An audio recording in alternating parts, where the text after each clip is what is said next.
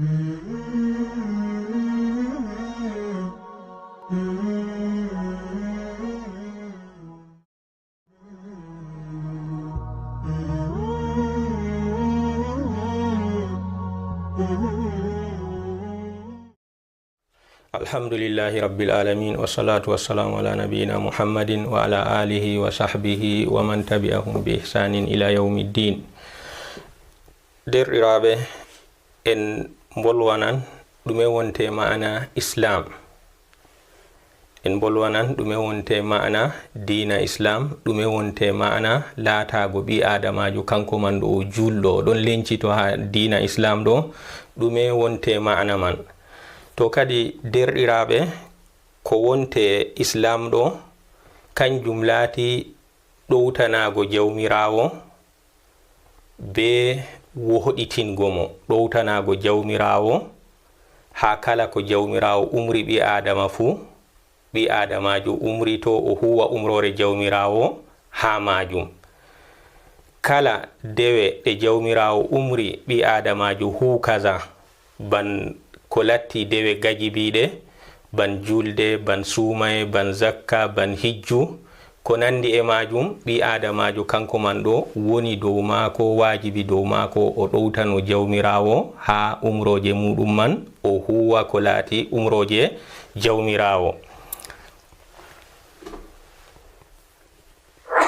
huwa al istislamu lillahi bitawhid wal inqiyadu lahu bidda'a. Kanjum mbiɗen ɗowtanago jawmirawo ha kala ɗowaje ɗe o umri ɓi adamajo, ɗowtanomo ha muɗum. Non woni dow ɓi adamajo kanko man ɗo o barriɗino ɓawoni jawmirawo umrimo kanko man ɗo o ɗowtano ɗum be wohɗitingo ɗum, o ɗowtanake ɗum kadi marhala tokkotoka o huwi umroje ɗe jawmirawo umrimo, marhala tokkotoka o barriɗino ha kala ko wonte hawtango Allah, ha kala ko wonte hawtango Allah, o barriɗino bo ha kala yimɓe hawtanoɓe Allah. Ha mana man kala goɗɗo ɗo laatiɗo kanko man ɗo o kawtanowo Allah fotan o latti kanko man ɗo o kefero aslijo, walla bo masalan oɗon lencito o wi'a kanko man ɗo o julɗo amma oɗon hawtana Allah ha kuuɗe mako. To kadi yimɓe ɓeɗo an ɓi adamajo giɗɗo ha dina muɗum hisa, larto ka laaɓka ka kisra be dina maɗa man ɗo, woni dow maɗa dayitanoɗa ha kala ko laati hawtango Allah, dayitoɗa ha kala ko laati hawtango Allah, non bo dayitoɗa ha kala goɗɗo kawtanowo Allah, dayitoɗa ha gala goɗɗo kawtanowo Allah. Jawmirawo ɓangiɗo wi'ata inna dina indallahi l-islam, ko wonte dina cahika laaɓka jaɓeteka ha jawmirawo kam kanka wonte dina islam, ka annabijo men Muhammadu waddani en dina islam. Ɗum dina ka kala annabo en fu dina maɓɓe islam, amma kadi annabojo fu ɗon mara shari'aji muɗum, kañum kanko man ɗo to o nulama o ɗon mara shari'aji mako ndahano ɓi adamajo ɗowtaranto Allah ha nder dina islam ka jawmirawo nuldimo be muɗum. To kadi ban enen ummatore annabijo kadi woni dow meɗen ɗowtanoɗen jawmirawo ha wohɗitingo mo, nden bo kuren dina islama man ban deydey no annabijo shar'irani en ka tokkoɗen deydey laabi ɗi annabijo sappini en kureten dina man ɗo, ngam jaɓatake ko luuti dina ka anna shari'a ka annabijo man o waddi kuren ɗum. ɗon jawmirawo ɓangiɗo o wi'ata wa man yabtagi gayra al islami dinan falan yuqbala minhu wa huwa fil akhirati min al khasirin. Kadi komoy o jogiti ko luuti dina islama ɗo o waɗi ɗum o wi kanko dina man o rewrata Allah, masalan ban yimɓe dinaji caaliɗi ɓaawo annabijo nulama, dinaji maɓɓe man ɗo kanji man ɗo jotta kam ɗi kuwata, woni dow maɓɓe kamɓe man ɗo ɓe ɗowtano dina shari'a ka annabijo muhammad sallallahu alayhi wa sallam waddi ɗum ɓe ndewra allah dow deydey shari'a ka annabijo muhammad sallallahu alayhi wa sallama waddi ɗum. kadi ko moye waɗay non man o wi o lutti dow dinaji caaliɗi ɗi dina islama ɗi dina annabijo ɗi dina islama nasi ɗum, kadi kanko man ɗo kugal mako man ɗo ngal laatoto ngal jaɓatake, kadi kanko man ɗo ha alahira bo o wonan nder yimɓe rusɓiɓe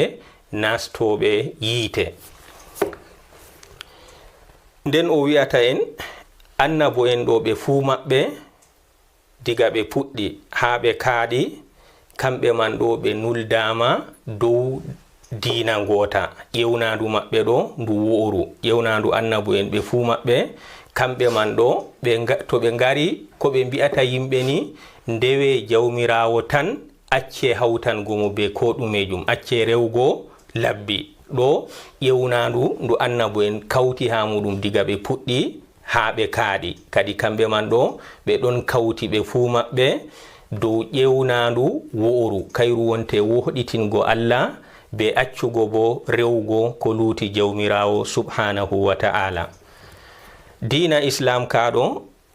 jawmirawo ɓangiɗo wi'ata wa wassa biha ibrahimu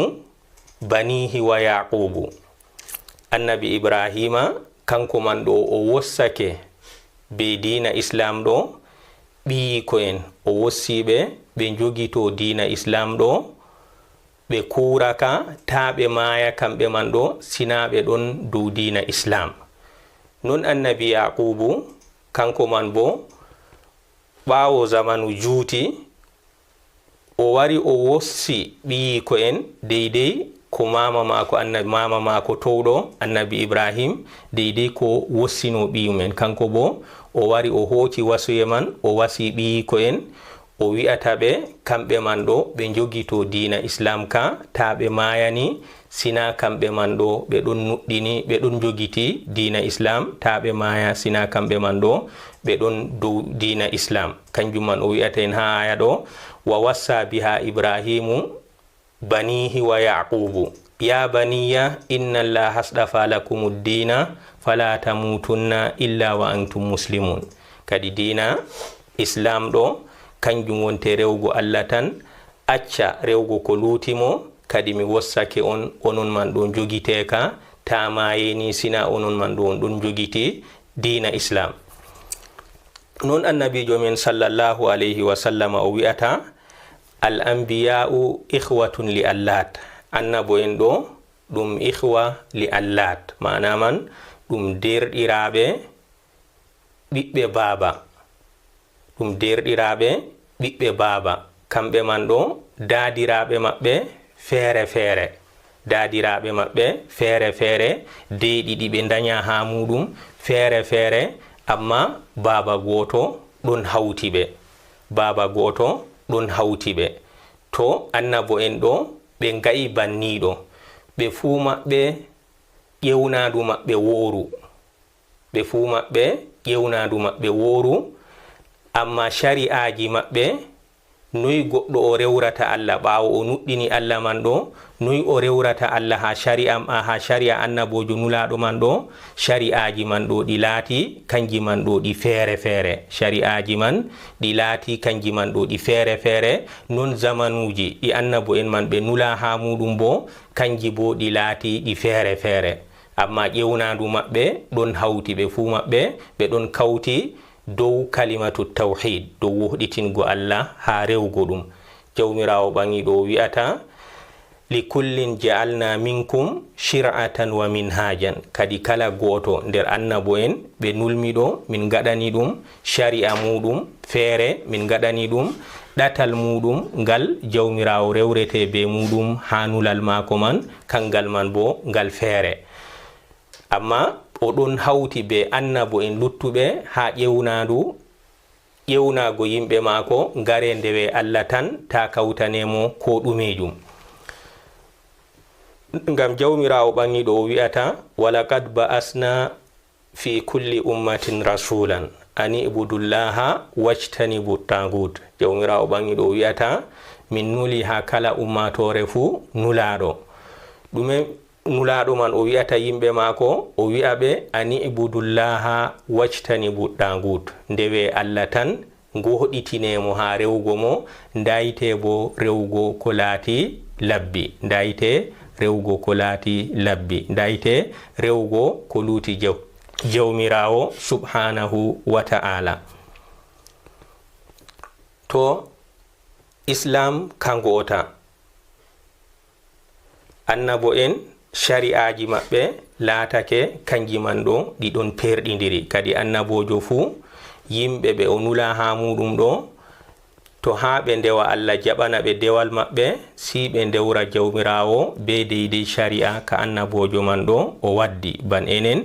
oɗe dagatako ndewren Allah be shari'aji annabo en salinoɓe, si ndewren Allah ɓawni en goɗitinimo, si ndewren mo be shari'a ka annabijo min Muhammad sallallahu alayhi wa sallama waddani en ndewren ɗum ha muɗum. Non wondo yimɓe ummatoje calinoɗe man, goɗɗo zamanu juuti tawi zaman annabijo tawi ɗum kanko man ɗo dina shari'a ka annabojo mako man waddanimo ɗo, kanka man ɗo kawati, kadi to o yiɗi o hisa o nasta aljanna kam si o acca shari'a mako ɓoyma hago o rewra Allah be shari'a ka annabojo nulaɗo cakitiɗo man ɗo, o rewra Allah be shari'a man ha dina mako jaɓe saho. To islam ɗo wonte dammuɗum ko wonte dina islam, ɗo wonte dammuɗum ko wonte dina islam. Ɓi adamajo kanko man ɗo o laatake o julɗo, o lencitake ha dina islam ɗo, mana man o rewa Allah tan, ta o hawtana ɗum ko ɗumejum, nden do o rewra Allah be shari'a ka annabijo min Muhammad sallallahu alayhi wa sallama waddi ɗum, umroje mum o lismito, kaɗaɗe mum bo o haato.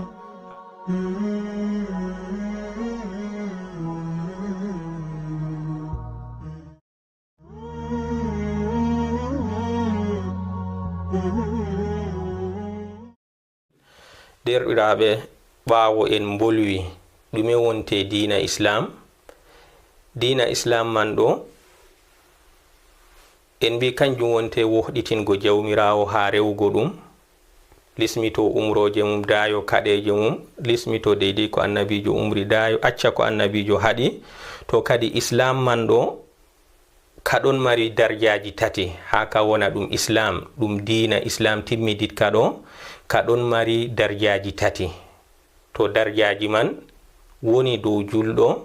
wajibi dow mako ha dina mako timmida, kanko man ɗo si o huwa darjaji man o hebbidina ɗi, kadi ha dina mako man ɗo kalato ɗum dina timmiditka o yotto bo darja ɓurduka. Darja arana nder darjaji islam tati man ɗo kanjum wonte al islam wal iman wal ihsan, ɗo wonte darjaji tati man. Darja arana bi'ete ka islam, to kadi darjaji tati man ɗo islam be iman ɗum darjaji kanji man ɗo to ɗi kawti ɗi innama ha babal gotal,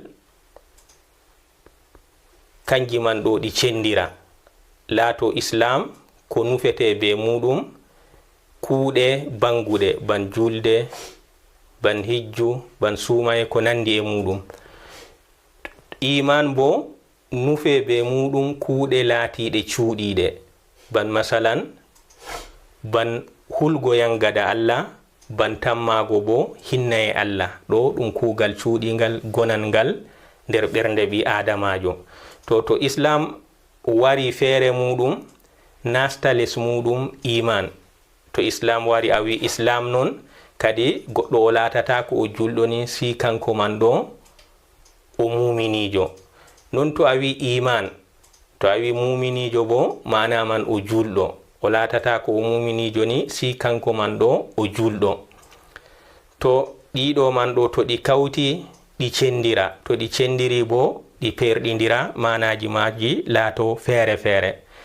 Darja tataɓa mbi'ete ka al ihsan, to a wolwani al ihsan tan bo nasta lel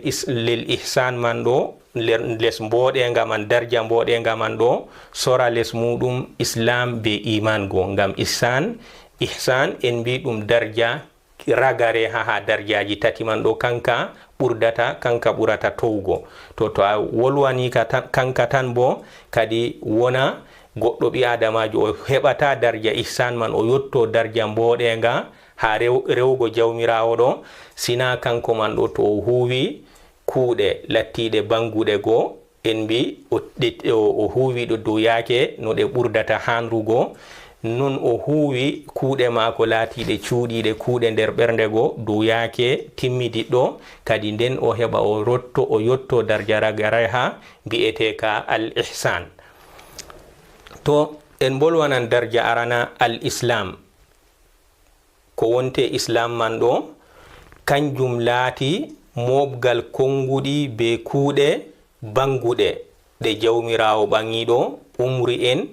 walla bo ɗe nulaɗo maako annabijo men muhammad sallallahu alayhi wa sallama umri en be huugo ɗum. Ko wonte islam kanjum wonte islam be sifa muɗum feere muɗum, kanjum wonte mobgal konguɗi be kuuɗe banguɗe ɗe jawmirawo umri en kuwen ɗum walla bo ɗe anna nulaɗo maako umri en kuwen ɗum. ɗo wonte islam, mana man ɗum kuuɗe lattiɗe umroje, kuuɗe lattiɗe banguɗe, ban o umri en julgo juulen, o umri en sumago cuumoɗen, umri en hijjugo kijjen, ko nandi e muɗum. To ɗo laati wi'ete islam be sifa islam feere muɗum. To islam man ɗo kaɗon mari ruknuji joyi, kaɗon mari dangrange joyi ha ka mahete dow muɗum, ka tukto dow muɗum, ka daro ka laato kanka man ɗo ɗum islam man kaɗon timmidi ɗo, kaɗon mari ɓi adamajo ha muɗum, ɓi adamajo julɗo man ɗo kaɗon mari kanko man ɗo o hebbina dangrange maaka, asli maaka, asliji maaka lattiɗi joyi. Kanjum man wari ha hadisewol annabijo sallallahu alayhi wa sallam o wi'ata buniyal islamu ala khamsin, dina islama ɗo ka mahama dow ruknuji joyi, dow dangrange joyi. Kanjum man wonte shahadati an la ilaha illallah wa anna muhammadan rasulullah, seedago shahadatu an la ilaha illallah wa anna muhammadan rasulullah, kadi seedago deweteɗo be gonga wala si Allah, dewe seedago deweteɗo be gonga wala si Allah, seedago bo annabijo muhammad sallallahu alayhi wa sallama kanko man ɗo o nulaɗo Allah. To kadi ha ɗo ɓe mbi goɗɗo to o maninan ma'ana seedago dewe la ilaha illallah man ɗo, si o wi'a deweteɗo be gonga wala si Allah, ma'ana wurtoto be tongorde man ɗo reweteɓe be fewre, ngam en andi reweteɓe be fewre ɗon, rewoɓe labbi ɗon, walla bo rewoɓe gabrije ɗon, walla rewoɓe masalan rewoɓe ban yiite, rewoɓe yiite ɗon. To kadi ɗo man ɗo ɓe fuu maɓɓe ɓe ɗon ndewa ko ɓe ndewata ɗo, amma dewal maɓɓe man ɗo dow ɗum dewal lattingal fewre, amma dewal non be gonga a rewi Allah kam ɗo man kam si wona dewal man ɗo Allah tan kañum man ɗo hertori be magal, kanko tan heningal wala tana mako. Jawmu masalan je lawru ndu henatako ndu rewe non ɓi adamajo mayiɗo gonɗo ha gabrire, kanko man ɗo o henatake o rewe, ko noyi darja mako yotti o henatake o rewe kanko man ɗo, ko darja mako yottonoyi. Ban ha ummatore men en mbi ɓurduɗo takle ɗum annabijo men muhammad sallallahu alayhi wa sallam, amma daga ta ko goɗɗo wara ha gabrire annabijo o wi'a o toroto annabijo haaje mako, ngam ko waɗi torago goɗɗo haaje muɗum ɗo kanjum man ɗo ɗum hunde nde Allah hertori. Toroɗa goɗɗo o humtane haaje maɗa, mara saɗirma, mara haaje saɗirma maɗa man ɗo nga hunce, kanjum man ɗo jawmirawo kanko man tan heni, kanko torete, kanko dokkitirte ha majum. Na en mbi ɓurduɗo takle ha ummatore kanko laati annabijo men Muhammad sallallahu alayhi wa sallama dagata ko ngara ha gabrire mako toroɗamo aljanna, dagata ko ngara ha gabrire mako toroɗamo aljanna. To kadi ɗo man ɗo ko luti ko ngakki kadi ko lutti kam fu ngakkan annabijo, ko lutti kam fu ha nder takle ngakkan annabijo, latto kadi min baabi awla nder ko ɓurata hango kanko man ɗon o yotti fu o henatake rewego. Kadi nder ɗon man paamin deydey ko yimɓe woɗɓe gaɗata kamɓe man ɗo ɓe ngara ha yenade goɗɗo mayiɗo mo ɓe gi'ata kanko man ɗo o ɗon mari darja, o ɗon mari kada be kada, ɓe ngara ɓe toromo haaje maɓɓe, kanjum man ɗo ɗum hawtango Allah, kanjum man ɗo ɗum hawtango Allah. Goɗɗo to o huwi kugal man kangal man ɗo mana man o fisti seedam kumako ngo wino deweteɗo be gonga wala ko luuti Allah go, kadi o yahi o rewi ko luuti Allah. To ngam man kadi kanjum man ɗo en ɗon pindina ha majum. Goɗɗo hanai o yaha ha gabrire o wi'a o toroto masalan o toroto jawdi, walla o toroto masalan o toroto ɓingel ko nandi e muɗum, kanjum man ɗo ɗum bofol ma pindiwol en mbingol fistotiran be seedago deweteɗo be gonga wala si Allah. Non annabijo men Muhammad sallallahu alayhi wa sallama seedago kanko man bo o nulaɗo Allah, mana man kanjum man bo umroje mako kuwa kaɗoje mako bo katoɗa. To garten ha darja ruknuwol ɗiɗaɓol nder ruknuji Islam kangol laati julde. To julde nde ɗo bo ha dina maɗa ka wona ka laɓka kisraɓe maka si juldande ban deydey no umriraɗa. Juldande nde ɗon hebbini sharɗiji mare, nde ɗon hebbini farillaji mare, dow yaake o kadi julda julde man ɗo dow sifa timmiditka deydey no wari ha sunna, deydey no wari ha ayaje. Kadi ɗo man ɗo laato a hebbini ruknuwol dangrangal laatingal ɗiɗaɓal. Cotta garta ha dangrangal tataɓal kanjum wonte hokkugo zakka. Kadi hokkugo zakka man ɗo kanjum man ɗo ɗum laatoto woodi to a yottake jawdi maɗa yottake deydey kaza woni dow maɗa an man ɗo itta, Allah to a sendi jawdi maɗa man ɗo to ban masalan ɗum ceede, to a sendidi geɓe temerre itta ɗiɗi be reta nder geɓe temerre man ɗo dokka lattiɓe laafuɓe henetoɓe jabgo zakka. To ɗo man bo to a waɗi non a hebbini ruknuwol ittugo zakka, kanjum latti ruknuwol lattingol tataɓol. Cotten garten ha ruknuwol nayaɓol kanjum laati hijjugo suudu Allah hormanteru. Kanjum man bo to Allah hokkima bawɗe, a mari jogaɗe, a mari joɓari deydey no joɓa garda ha Makka man, nden do a lattake an man ɗo a mari mba'antewa, a lattake laawol maɗa ngol tokkotoɗa ngara man bo ngol holɗinake, Allah ɗon accanma jamuma. To kadi an man ɗo woni dow maɗa wajibake kadi to ni a mari bawɗe banni man ɗo nden do a mari deydey ko accanta iyaluji maɗa kamɓe man ɗo ɓe gurda be majum ha jaha garta, kadi wajibake dow maɗa an man ɗo kebbina ruknuwol laatingol nayaɓol kangol laati hokkugo farilla hijju, kangol laati ittugo farilla hijju. To garten ha ruknuwol jowaɓol kangol latti suumago lewru suumaye. Kadi suumago lewru suumaye kanjum man bo ɗum ruknuwol gotol nder ruknuji Islama laatiɗi joyi. To kadi kanjum man bo laatoto ɗum lewru woru nder lebbi 12 kanjum man ɗo kangol bo no kebbinirtagol maran an man ɗo nangtoɗa ha nyamgo be yargo suuno mo nangtoɗa ha suuno mo reedu maɗa be suuno mo farji maɗa, nden bo nangta ɗemgal maɗa ha ñoore, ha fewre, ha baaɗi ko nandi e muɗum, kuuɗe kalluɗe gedde lattiɗe mawɗe ɗe nangtoɗa ha maaje diga seggo buulol ragarewol walla buulol gonɗugol ha fajiri. diga wakkatiwel man ni nangtoɗa ha suuno mo reeduma be mo farji maɗa, non bo nangta ɗemgal maɗa diga wakkatiwel man kadi ha wargo mutal nange. to kadi ɗo wonte a hokki ruknuwol lattingol jawaɓol, kanjum wonte suumago lewru suumaye. a hokkiringol dow sifa kaɗo ɗo woni dow a hokkiringol sifa laatika timmiditka, dow sifa laatika timmiditka. a nangtake ha suuno mo reedu maɗa, a nangtake ha suuno mo farji maɗa, nden bo a nangtake ha fewre be ñoore deydey ko laatini an kam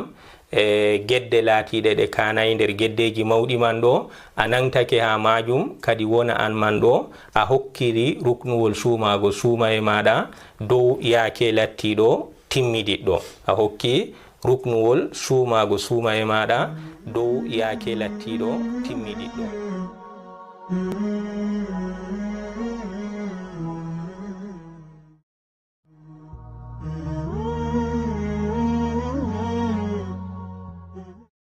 derɗiraɓe, en bolwanan ɓawo en bolwani ruknuwol aranol nder ruknuji islama tati. en bolwani ruknuwol aranol kangol laati al islam, en bolwanigol ha darsere men salinde. jotta bo en bolwanan darja na ruknuwol kadi en bolwanino darjaji islam tati, nder ɗon man en mbi al islam wal iman wal ihsan. to en bolwani darja arana kanka laati al islam, en jotta bo en bolwanan darja lattika ɗiɗaɓa kanka laati al iman. kadi ɗume wonte al iman man ɗo? o wi kanjum wonte gonɗinki dow taynorago. an man ɗo aɗon gonɗini fakat, aɗon qirriti fakat be wodende jawmirawo subhanahu wa ta'ala. aɗon gonɗini fakat ha ɓerdema, aɗon qirriti dow fakat ha ɓerdema be wodende jawmirawo subhanahu wa ta'ala. nden aɗon qirliti, aɗon gonɗini, aɗon tabitini be lattago mako man ɗo, kanko aɗon tabitini jawmirawo haqqe muɗum ha rububiyya mako, laatago mako kanko wonte tagowo diskowo, kanko wonte dawranowo laatano ɗo. aɗon gonɗini ɗum, wala kenotoɗo ɗum ko luuti jawmirawo subhanahu wa ta'ala. bal kanjum kam wajibi ɓi adamajo wala no o watta kanjum man ɗo asli kam o gonɗinayi ɗum ha ɓernde mako. hatta ko heferɓe rewanɓe labbi man ɗo, kamɓe man ɗo ɓe ɗon gonɗini ɗum man ɗo, ɗum jawmirawo heñoto ɗum, amma ɓe woni dow meɗen kadi enen man ɗo gonɗinen ruknu hunde ɗo deydey ko laati wohɗitingo jawmirawo ha rububiyya mako, kanko wonte keniɗo rububiyya man. non gohɗitinen mo ha uluhiyya mako, kanjum laati henago jawmirawo, kanko tan heni rewego, tana mako henaki rewego. to kadi ha tawhidiwol ngol ɗo dow magol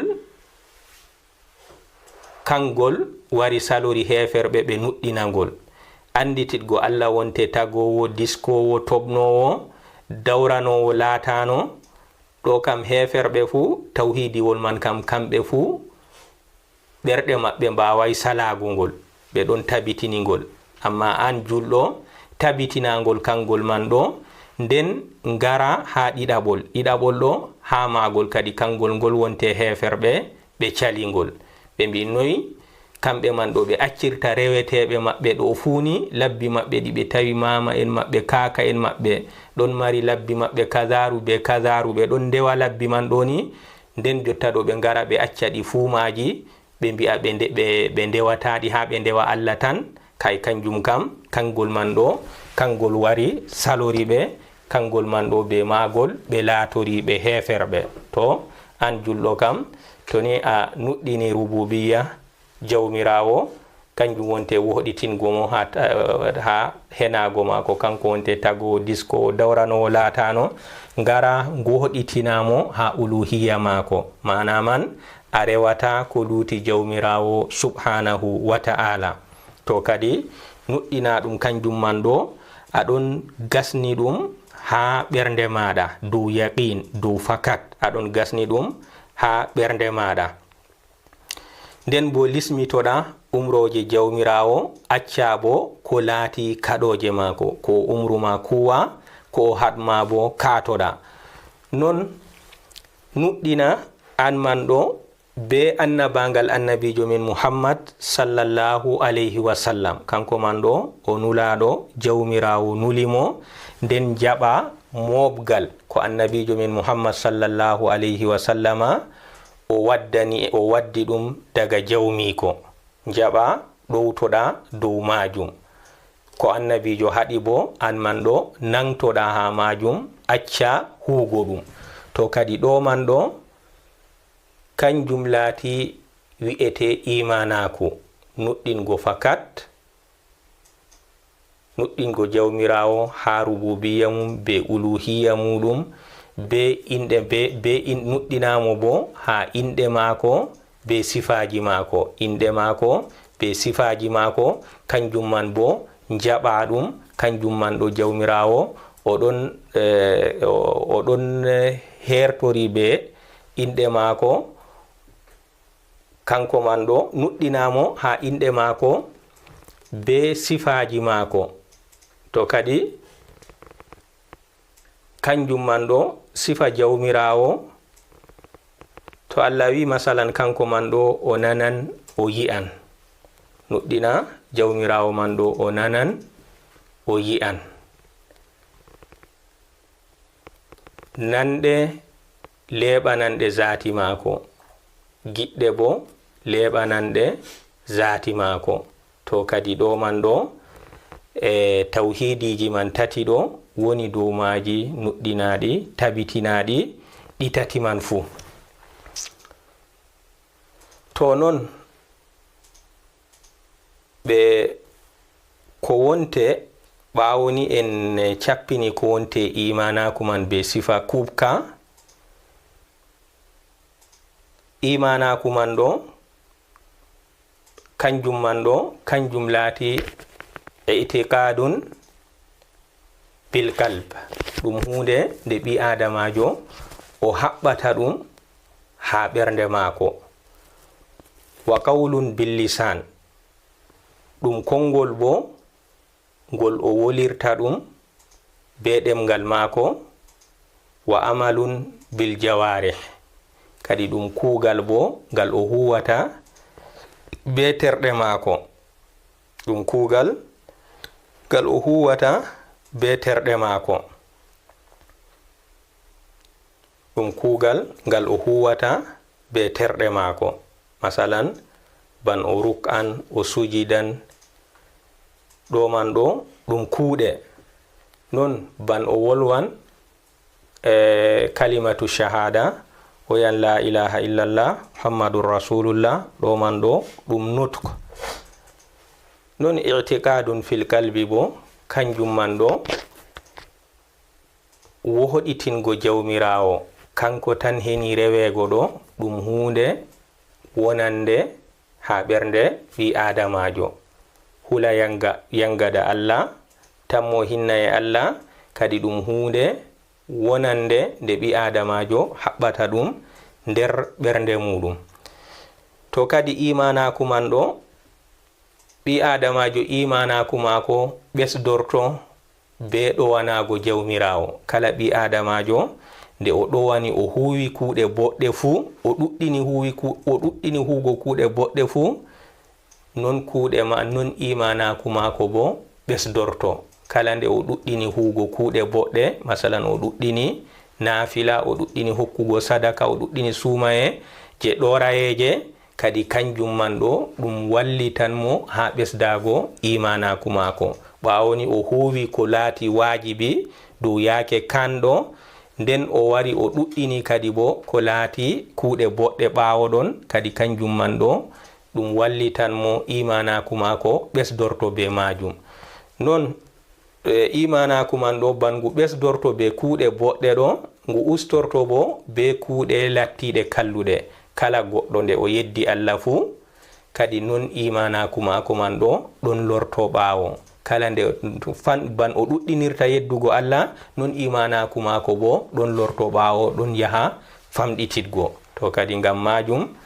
ɓi adamajo o haɓa kanko man ɗo o waɗa noy imanaku maako ɓesdorto, o dayto bo yeddugo Allah kanjum man ɗo o hisra be majum naqisago ustago imanaku maako. Jawmirawo ɓangiɗo wi'ata innamal mu'minuna allazina idha dhukira Allahu wajilat qulubuhum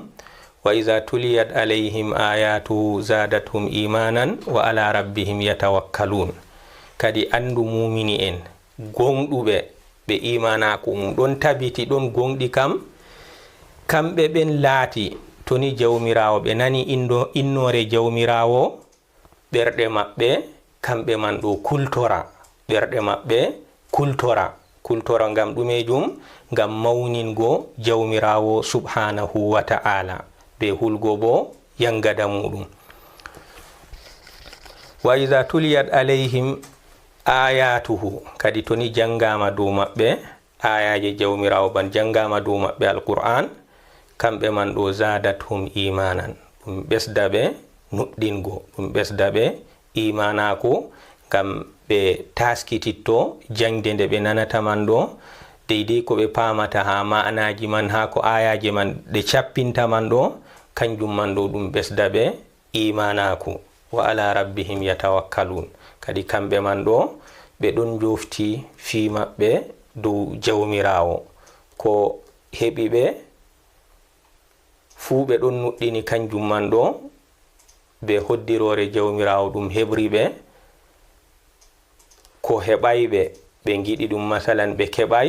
ɓe ɗon nuɗɗini kanjum man bo ɓe bindanaka ɗum waɗi kanjum man ɗo ɓe keɓay ɗum. To kadi ni annabi ni jawmirawo ɓangiɗo o sifori jeyaɓe maako mumini en timma imanaku en. Non annabijo sallallahu alayhi wa sallama o wi'ata en al imanu bid'un wa sab'una shu'ba, imanaku ɗo ngu ɗon mari liccule 70 bid'un wa sab'una shu'ba, imanaku ɗon mari liccule 70 e gelɗe, lice feere feere lice imanaku 70 e gelɗe walla bo 70 e gelɗe banno wari ha riwaya gotka. Afdaluha la ilaha illallah, kadi nder lice imanaku man 70 e goɗɗum man e gelɗe man ɗo lical ɓurdangal mawnugo kanjum wonte shahadatu alla ilaha illallah, ɗo wonte ala daraja ɓurdan ka mawnugo ha imanaku. Wa atnaha imadatul aza anid dari, darja ɓurdan ka famɗugo ha imanaku bo kanjum wonte sottingo ko laati torra ha lawol, sottingo ko laati torra ha lawol. Kanjum man masalan tawa gi'al dow lawol ko cangal cottina tangal tufa goɗɗo tammiɗo wargo salo ha lawol man, walla tawa masalan leggal non ɗon wali dow lawol ko cangal cottina, ɗo man ɗo ɗum kuugal nder kuuɗe imanaku kuuɗa, ɗum kuugal nder kuuɗe imanaku kuuɗa. To kadi ha imadatul aza anit tariq kanjum man ɗo hani ɓiɓɓe adama en ga'atana ɗum hakkilo, ko masalan en mbi sottingo torra dow lawol man ɗo ɗum kuugal nder kuuɗe imanaku, non wadgo torra dow lawol bo ɗum kuugal nder kuuɗe keferaku. Goɗɗo hooca hunde torrande masalan o hooca leggal o waɗa dow lawol mana man o torriran be leggal man goɗɗo tammiɗo salago a o hoca gi'al o sakkina dow lawol mana man o torrat goɗɗo tammiɗo salago dow lawol man ɗo non masalan o hoca hunde wonande masalan ban mbiɗen masalan ban mburi ha saare mako lawol ɗum yimɓe fu mari lawol man na goɗɗo aynatangol na goɗɗo dawrantangol goɗɗo wuwa masalan mburi ha saare mako o wara o sakkina dow lawol to ɗo man ɗo ɗum kugal ngal hanayi ɗum kugal ngal hanayi walla bo goɗɗo o waɗa ildugol ndiyam diga saare mako ildugol ndiyam masalan ɗam salte jam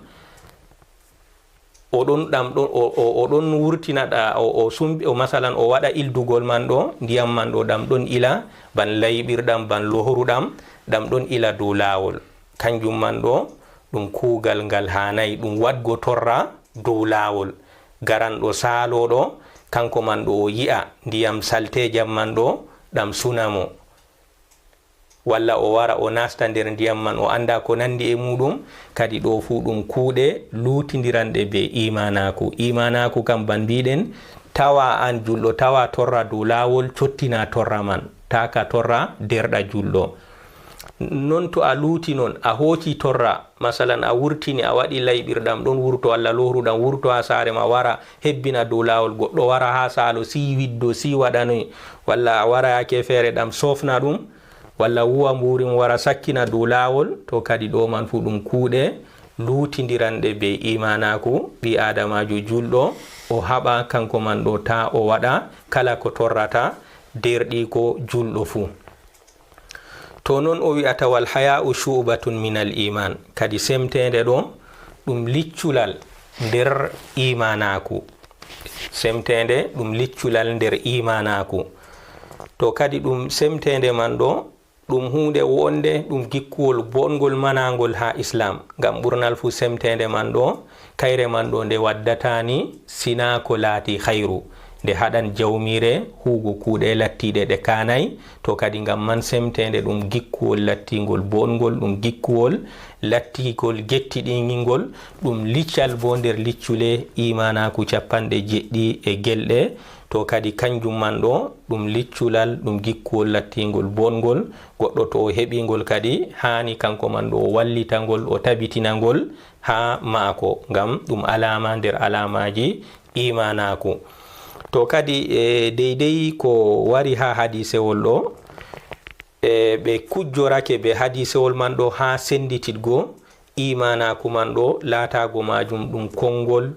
qawlun bil lisan wa atiqadun bil qalb wa amalun bil jawari ɓe kungol ngol goɗɗo wolirta ɗum be ɗemgal mum ɗum itiqadu bo mo hunde nde o haɓɓata ha nder ɓernde mako ɗum kuugal bo ngal o huwata be terɗe muɗum to kadi modiɓɓe kujjorake dow sendititgo imanaku be deydey geɓe tati ban deydey no ɓe cappiniri ɗo ɓe kujjorake be hadisewol annabijo sallallahu alaihi wasallam bi'angol al imanu bit'un wa sab'una shuba imanaku ɗo ɗon mari liccule capanɗe jeɗɗi e gelɗe kadi ɗon man o wi'ata fa'alaha liccal ɓurdugal ɓagago ɓurdugal mawnugo kangal wonte la ilaha illallah to kadi ɗo man ɗo sappake ha nutkun bil lisan en mino nder ko wonte i ta'riful iman man ɗo en bi nutkun bil lisan fagi wigo la ilaha illallah man ɗo sappake en ha de nutkun bil lisan wa fa'alaha la ilaha illallah wa adnaha imadatul aza anid dari kadi ɓurdangol dar licculal ragarewal kanjum wonte sottingo torra ha lawol to ɗo man ɗo sottingo tawa hunde nde ɗon dow lawol kocande cottina man ɗo kanjum man ɗo ɗum kuugal to ɗo man ɗo sappake en ha konngol maɓɓe biyangol wa amalun bil jawari ɗum kuugal kuretengal be terɗe en non wiigo wal haya'u shu'batun min al iman semtende ɗo ɗum licculal nder licce al imanaku semtende ɗo toy ɗum woni nder ɓernde ɗum woni ɗum gikkuwol gonangol nder ɓernde ɓi adamajo batte magol mbanga ha yaasi ha terɗe ɓi adamajo to kadi kangol man ɗo asli magol nder ɗum ɓe kujjorake be wigo haya uman shubatun minal iman man ɗo ɓe kujjorake be majum ha wigo i'tiqadun bil qalb kanjum man ɗo ɗum i'tiqadu ɗum gikkuwol gonangol nder ɓernde ɓi adamajo ban hulgo ɓi adama yangada jawmirawo o rewa Allah o acca yeddugo Allah tammago mako hinna e jawmirawo o huwa kuuɗe gaɗanɗe ɗe jawmirawo forrata mo o heɓa be muɗum hinna e jawmirawo subhanahu wa ta'ala kadi ɓe kujjorake be hadisewol ɗo be andingo o maninirgo iman man ɗo itiqadun bil qalb wa amalun bil jawarih wa nutqun bil lisan kadi ɗo man ɗo ɓe kujjorake be hadisewol ngol ɗo deydi tafsil mo cappiɗen dow muɗum mo bolwuɗen ɗum jotta man ɗo to kadi imanaku man ɗo ngu ɗon mari ruknuji jeego imanaku ɗon mari ruknuji jeego ngu ɗon mari dangrange jeego ngu daroto dow muɗum kadi dangrangal aranal man en mbi kanjum wonte al imanu billah nuɗɗingo jawmirawo nuɗɗingo wodende jawmirawo wohɗitingo mo ha henago mako kanko wonte tagowo diskowo dawranowo latano wohɗitingo mo ha henago mako kanko tan heni rewego wohɗitingo mo ha inɗe mako be sifaji mako wohɗitingo mo ha inɗe mako be sifaji mako to kadi ɗo man ɗo wajibi dow ɓi adamajo kanko man ɗo o wohɗitina jawmirawo o nuɗɗina wodende muɗum o wohɗitina ɗum ha rububiya muɗum o wohɗitina ɗum ha uluhiya muɗum o wohɗitina ɗum ha inɗe muɗum be sifaji muɗum ruknuwol ɗiɗaɓol kangol latti wa malaikati o nuɗɗina bo malaika en jawmirawo malaika en ɗo ɗum takle jawmirawo ɗe o tagi ɗum ha annora o nuɗɗina takle man ɗe ɗon ko moye fuu bo jawmirawo ɗon waɗani ɗum kuugal muɗum ngal hertori be muɗum woɗɓe ɗon ƴefti al arshi woɓɓe malaikajo jibrilu masalan o waɗi ɗum kañum hoccata nulal maako wadda dow annabo en ɓe o nulato dow muɗum woɓɓe bo o waɗi ɗum kamɓe bo windoɓe ɓe ɗon gondi ɓe ɓi adamajo ɓe binda kuuɗe ɓi adamajo ko huwi fuu woɓɓe bo ɓe gaɗi ɗum kañum en man ɗo o ƴamtoɓe mayiɗo to maayi to kadi banni malaika en ɗo ɓe ɗon mari kamɓe man ɗo ɓe none feere feere jawmirawo ko moye fuu bo ɗon ɗowtani jawmirawo ha kuugal ngal o umri ɗum ɓe lutata jawmirawo ha umrore muɗum to kadi ɓi adamajo o nuɗɗina malaika en ɗo o nuɗɗi ɓe ɓi adamajo o nuɗɗina ɓe ɗon nder maɓɓe ɓe jawmirawo inni ɗum ha alquran sappini en inɗe muɗum waynejo be waynejo ban jibril ban mikail ban israfil nuɗɗinen ɓe kamɓe innaɓe be woɗɓe bo ɓe innaka jawmirawo wi'ay en inɗe maɓɓe ba jawmirawo wi'ay en inɗe maɓɓe kamɓe bo nuɗɗinen ɓe non nuɗɗinen defte ɗe jawmirawo jippini ɗum dow nulaɓe muɗum nuɗɗinen defte man ɗe fuumaje ɗe jawmirawo innani en ha alquran ban tawreta ban linjila ban zabura ban qur'anu meɗen nde ɗo ko nandi e maaje kadi deydey defte ɗe jawmirawo inni ɗum ha qur'an nuɗɗinen ɗe kanje man ɗe fuumaje nuɗɗinen bo kadi defte goɗɗe ɗe o innanayi en ɗum ha deftere maako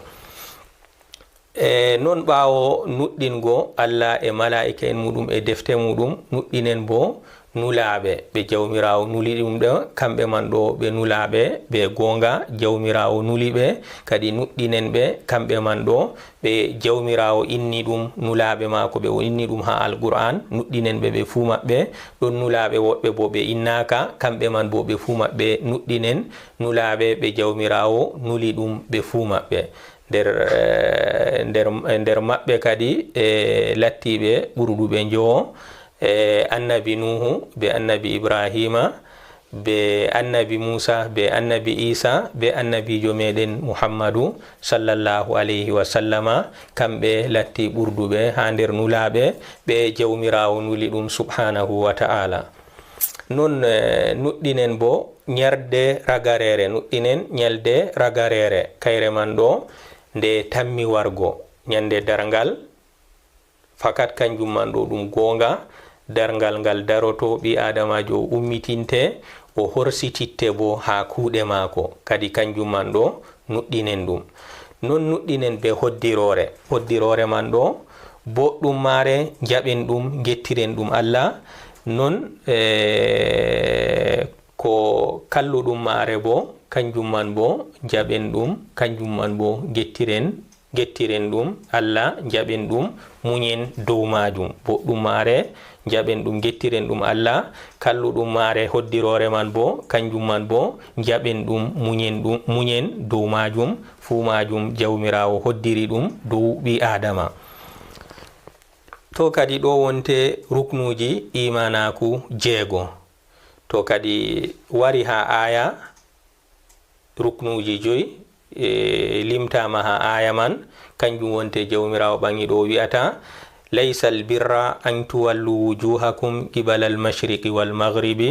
walakinna albirra man amana billahi walyawmi alakhiri walmalaikati walkitabi wannabiyin. kadi lattaki ko wonte dewal ɗum hucitingo gese moɗon funange jiha fudrude walla jiha mudrude, na kanjum wonte dewal gal jawmirawo kanko man ɗo o nufoto o marata haje muɗum. walakinnal birra man amana billah, kadi ko wonte dewal ngal jawmirawo o yiɗi ɗum kam o nufoto ɗum kanko kam, kanjum man ɗo wonte goɗɗo on nuɗɗinɗo Allah.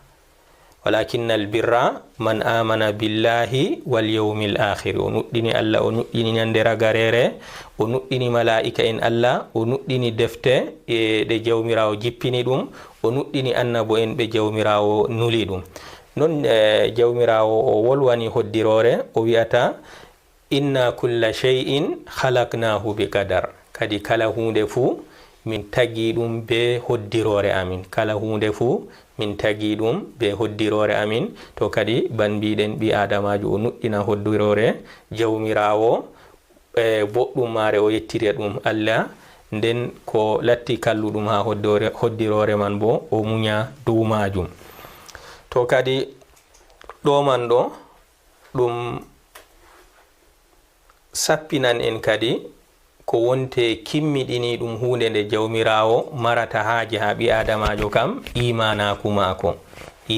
mako ɗo kanjum wonte hunde tilimde nde jawmirawo marata haje ha ɓi adamajo. to kadi ɗo wonte ragare darsere meɗen ha darja wolwango meɗen darja tataɓa nder darja ɗiɗaɓa kadi nder darjaji dina islam. en mbino darja arana man kanjum wonte al islam, en bolwanika ha darseje caaliɗe. darja ɗiɗaɓa kanka laati al iman, en bolwanika ha darsere meɗen salinode amma nde timmiday. to kadi ɗo wonte timmitinir ɗum darsere meɗen salinode ha wolwango al iman. هذا وصلى الله وسلم على نبينا محمد وعلى آله وصحبه ومن تبعهم بإحسان إلى يوم الدين.